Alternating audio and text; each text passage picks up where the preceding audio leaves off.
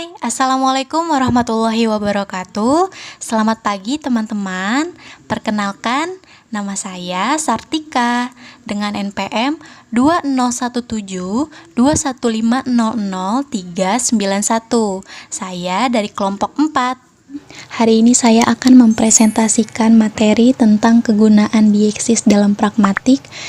Yang kali ini saya akan membahas tentang dieksis tempat dan dieksis wacana. Sebelumnya, saya ucapkan rasa hormat dan terima kasih saya kepada Bapak Irwan Siagian selaku dosen pengampu mata kuliah pragmatik yang telah memberi arahan serta bimbingan kepada kami sehingga selesailah tugas presentasi ini kami kerjakan.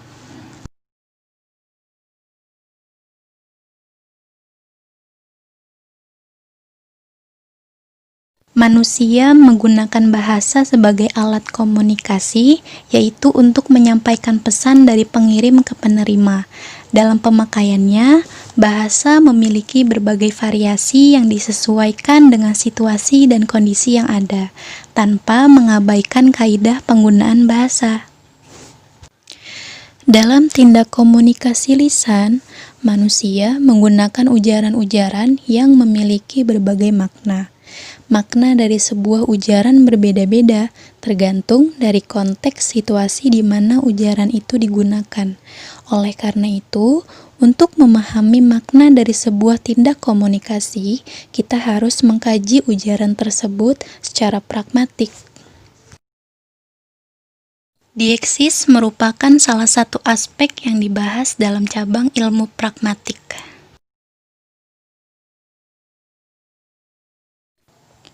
Dieksis berasal dari bahasa Yunani kuno, diektikos, yang berarti hal penunjukan secara langsung, menurut Putrayasa tahun 2014 halaman 37. Menurut Yayat Sudraya tahun 2008 halaman 121, dieksis adalah bentuk bahasa yang berfungsi sebagai penunjuk hal atau fungsi tertentu di luar bahasa. Istilah ini berasal dari bahasa Yunani diektikos yang berarti hal penunjukan secara langsung. Selanjutnya, Bambang Kaswatipurwo tahun 1984 halaman 1 mengatakan bahwa dieksis adalah kata yang tidak memiliki referen atau acuan yang tetap, tergantung pada siapa yang menjadi pembicara dan tergantung pada saat dan tempat dituturkannya kata itu.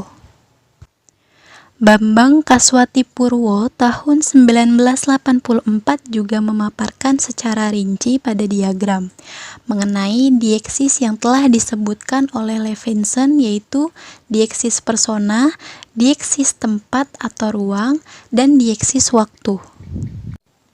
Dieksis persona berhubungan dengan pemahaman mengenai peserta tuturan dalam situasi pertuturan di mana tuturan tersebut dibuat.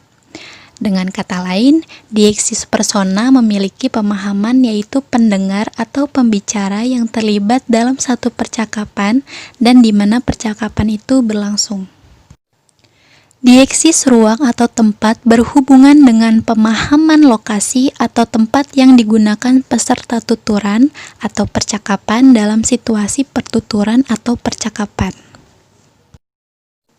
Sedangkan dieksis waktu berhubungan dengan titik ataupun rentang waktu saat tuturan dibuat atau pada saat pesan tertulis dibuat. Dieksis juga dikemukakan oleh Bagus Putrayasa tahun 2014 halaman 43 bahwa semua bentuk bahasa bisa dikatakan bersifat dieksis apabila acuan atau rujukan atau referennya berpindah-pindah atau berganti-ganti tergantung pada siapa yang menjadi pembicara dan tergantung pula pada saat dan tempat dituturkannya kata itu. Menurut Nababan tahun 1987 halaman 40, dieksis terdiri dari 5 bentuk, yaitu dieksis persona, dieksis waktu, dieksis tempat, dieksis wacana, dan dieksis sosial. Di lain bagian, Purwo dalam Sumarsono tahun 2008 halaman 60 juga menambahkan deiksis penunjuk sebagai salah satu bentuk deiksis. Sehingga, jika digabungkan terdapat 6 jenis deiksis. Dengan pendapat dari Nababan pada tahun 1987 dan Purwo pada tahun 1984, Putrayasa membagi deiksis menjadi 5 jenis, yaitu deiksis persona, deiksis tempat, deiksis waktu, deiksis wacana, dan deiksis sosial. Masuk pada pembahasan yang pertama. Deiksis tempat adalah deiksis yang leksikonnya merupakan leksikon yang mengindikasikan tempat. Menurut Nababan tahun 1987 halaman 41, deiksis tempat merupakan pemberian bentuk kepada lokasi ruang atau sama dengan tempat dipandang dari lokasi orang atau pemeran dalam peristiwa bahasa itu. Semua bahasa membedakan antara yang dekat kepada pembicara atau di sini dan yang bukan dekat pembicara, termasuk yang dekat kepada pendengar di situ. Menurut Putrayasa tahun 2015 halaman 48, deiksis tempat dalam bahasa Indonesia disebut dengan sebutan pronominal penunjuk tempat, yaitu sini, situ, atau sana. Titik pangkal perbedaan di antara ketiganya ada pada si pembicara.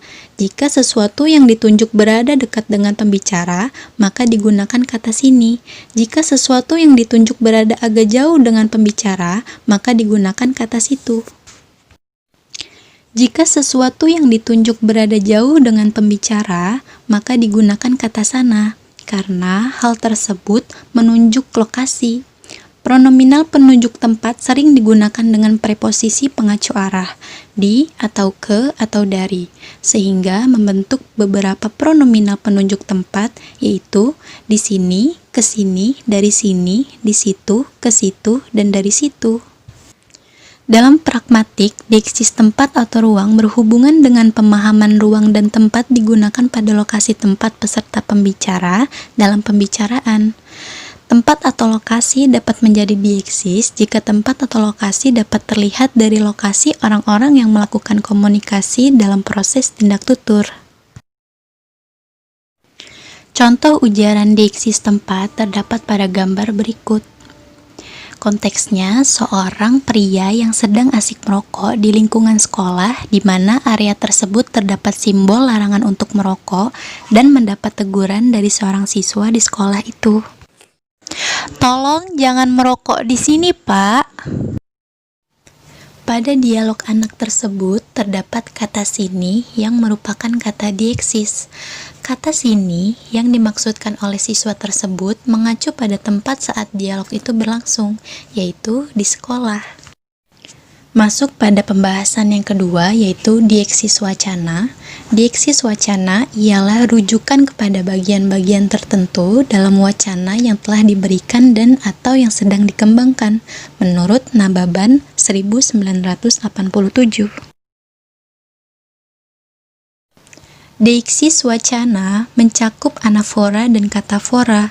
Anafora merujuk dalam tuturan yang mengacu kata yang berada di depan atau sesuatu yang telah disebutkan sebelumnya dalam wacana dengan pengulangan atau substitusi. Sedangkan katafora ialah penunjukan ke sesuatu yang disebut kemudian.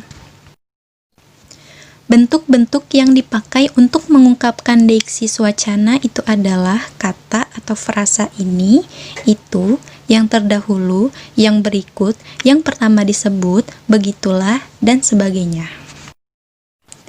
Berikut bentuk contoh ujaran deiksis wacana yang mencakup anafora dan katafora. Terdapat 2 kalimat. Yang pertama, paman datang dari desa kemarin dengan membawa hasil palawijanya.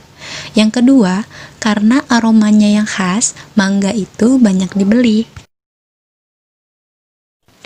Dari kedua contoh tersebut, dapat kita ketahui bahwa nya pada contoh 1 mengacu ke paman yang sudah disebut sebelumnya, sedangkan pada contoh 2 mengacu ke mangga yang disebut kemudian.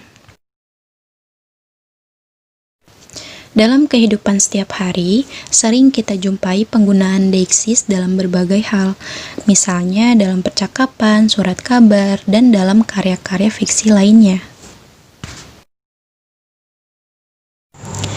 Berdasarkan paparan tersebut, dapat disimpulkan bahwa istilah deiksis berasal dari bahasa Yunani, yaitu deiktikos, yang berarti hal penunjukan secara langsung.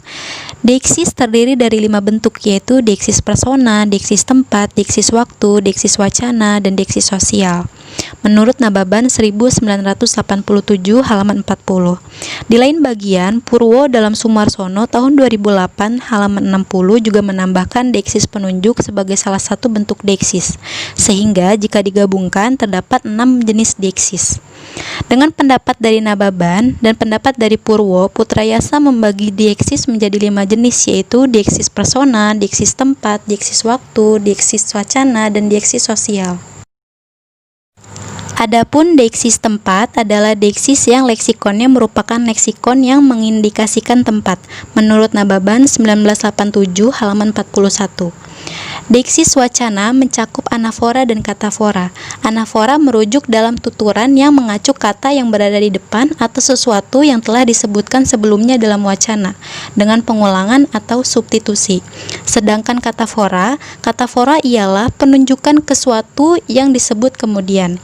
Dalam kehidupan setiap hari, sering kita jumpai penggunaan deiksis dalam berbagai hal, misalnya dalam percakapan, surat kabar, dan dalam karya fiksi lainnya.